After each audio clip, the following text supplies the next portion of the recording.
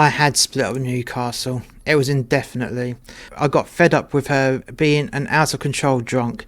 Fair enough I'd get wasted, but not to the extent of how she would snog other men on the dance floor of the crew disco, then fuck me after the disco had finished. It was time to move on. The ship was docked in Barbados for overnighter. 36 hours of debauchery were available for the taking before I had to start work once more. I started the day as I meant to go on. I left the ship 08:30 with a can of beer in my hand, with another 4-pack in my rucksack. Everyone else is still in bed, probably feeling wretched from the night before. I headed down to my favourite beach, the Boatyard, a private beach and bar exclusively for crew. Well, it was back then. Now it's open for anyone that want to spend the money to get in. I just knew that everyone would head down there at some point. It was a beautiful walk along the coast. This time of morning it wasn't too hot and there was a calm breeze in the air. As I was leaving the port, I hit the barrage of taxi drivers asking me if I wanted to hire them. It would be $5 to get where I was going, but I chose to keep going on foot. I preferred to use those $5 for more beer. I made my way down to the beach, sculling my beer whilst walking. For some reason it's acceptable to down booze on the street of Barbados but not smoke in the streets. I've always thought that this was some flawed logic. Halfway into my journey it started to rain. This was a godsend, as it was baking to fuck. I carried on knowing that once the rain was gone it would be gone without a trace within minutes. For now though, I was just enjoying the warm rain and the refreshment it was giving me. I finally arrived at the Boatyard. It was quite empty, just the way I liked it. I went over to the bar and got my bucket of beer. I walked over to the sun lounges and picked the best spot in the front row by the sea, perfect for sunning it up and having a good perv on the bikini-clad girls that would be coming soon. Progressively throughout the day, I was destroying bucket of beer after bucket of beer. Crew members were coming and going throughout my personal session of getting a tan whilst getting wasted. It was a beautiful beach with clear blue water and the purest of white sand. Absolute bliss. The morning turned to afternoon and the afternoon turned to the evening. By this point I had near enough drank myself sober. This was just what I needed, some quality alone time, thinking over what had previously happened. Over this day of contemplation I decided it would be a really good idea to get back to the ship, get showered and go to Harbour Light, Barbados' nightclub, with an all-you-can-drink open bar, just $20 entry, and you could have anything you wanted. This would be my way of trying to pull someone in front of Newcastle for a bit of jealous attention.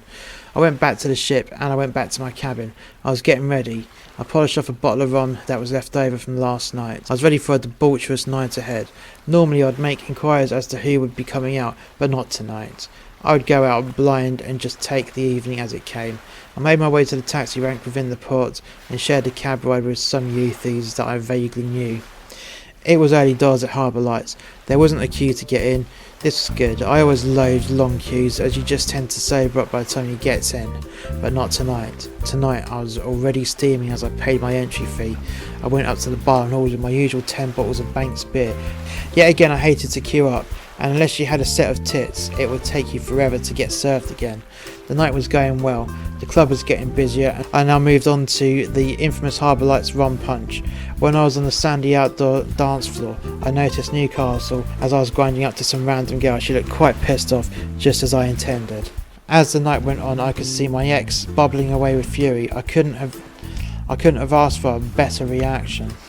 There are a few youthies that were dancing on a table. These tables were your typical pub benches with tables in the middle, the ones that you would find in an English beer garden, all bolted together onto long rows. I climbed up onto the tables and did my dancing and grinding thing with one of the youthies. She then planted a kiss on my lips.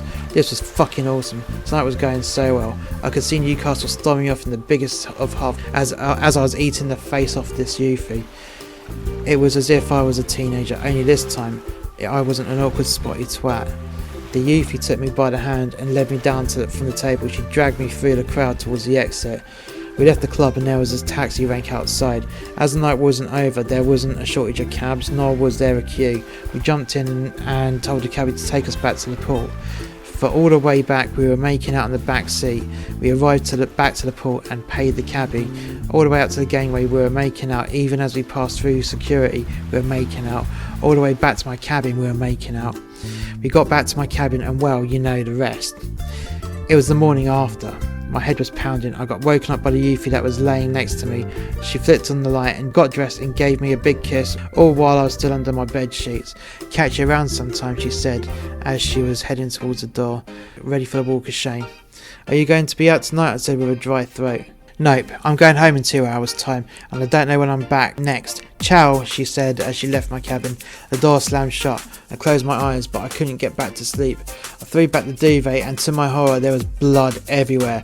Blood on my cock, blood on the bedding. I looked around the room in shock, and there was blood on my carpet. I checked myself to see if I hadn't had my dick chopped off as I slept. Nope, thank fuck for that. I ran over to the shower and got myself clean as fast as physically possible. What the fuck am I going to say to my cabin steward? He already hates me for all the parties that he cleans up. He's going to push my price up again. I was already paying him 70 quid a month and a £10 tip. Everyone else usually pays their cabin stewards about 30 quid a month. I couldn't have this. I had to clean my own room for a change. Page Sparta, as he is the man with all the connections. I asked if he could track me down some new bedding and things to clean the carpet with. Half an hour later, Sparta arrived. He took one look at my room and laughed his ass off. Sparta made a swift exit as the state of my room was making him feel sick. Not to mention he was giving himself a stitch from laughing so hard. I stripped off all the bedding and stuffed it inside my pillowcase.